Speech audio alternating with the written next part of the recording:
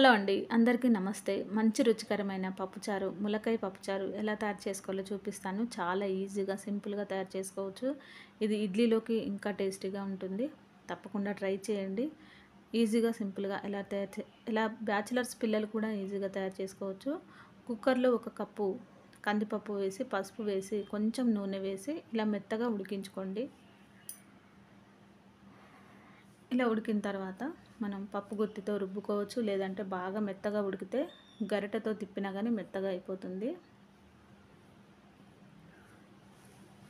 ఇలా రుబ్బిన తర్వాత దీంట్లో మనం ఇది ఉడకబెట్టే ముందే చింతపండు నానబెట్టి పెట్టుకోవాలండి. 1 కప్పు కందిపప్పుకి ఒక మీడియం సైజు నిమ్మకాయ సైజ్ అంతా మనం చింతపండు నానబెట్టుకోవాలి.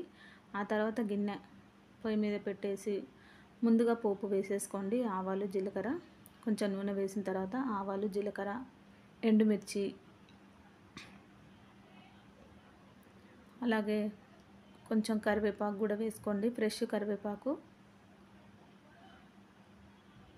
దీంట్లోనే ఉల్లిపాయలు, పచ్చిమిర్చి కూడా వేసుకొని మనం కొంచెం లైట్గా ఫ్రై చేసుకోండి, మరీ మాడకుండా. ఇప్పుడు దీంట్లోనే వంకాయలు, క్యారెట్, టమాటాలు, ములక్కాయలు, మీకు వెజిటేబుల్స్ సొరకాయ కూడా రెడీగా ఉంటే వేసుకోవచ్చు.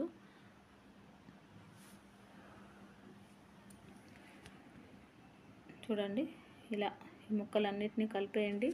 కలిపిన తర్వాత దీంట్లో మీరు ఒక 5 నిమిషాల పాటు లో ఫ్లేమ్లో పెట్టి ఉడికించండి.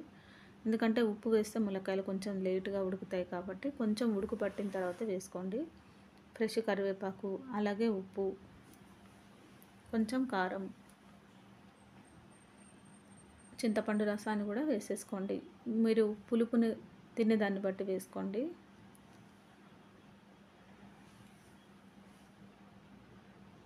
ఇప్పుడు దీంట్లో మనం ఉడికించిన పప్పుని వేసుకోవాలి.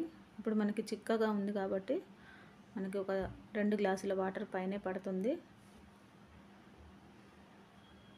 తగినన్ని నీళ్లు వేసి ఒక 15 నిమిషాల పాటు మీడియం ఫ్లేమ్లో ఉడికించండి. ఈ మనం వేసిన ముక్కలన్నీ కూడా ఉడికిపోతాయి. అప్పుడు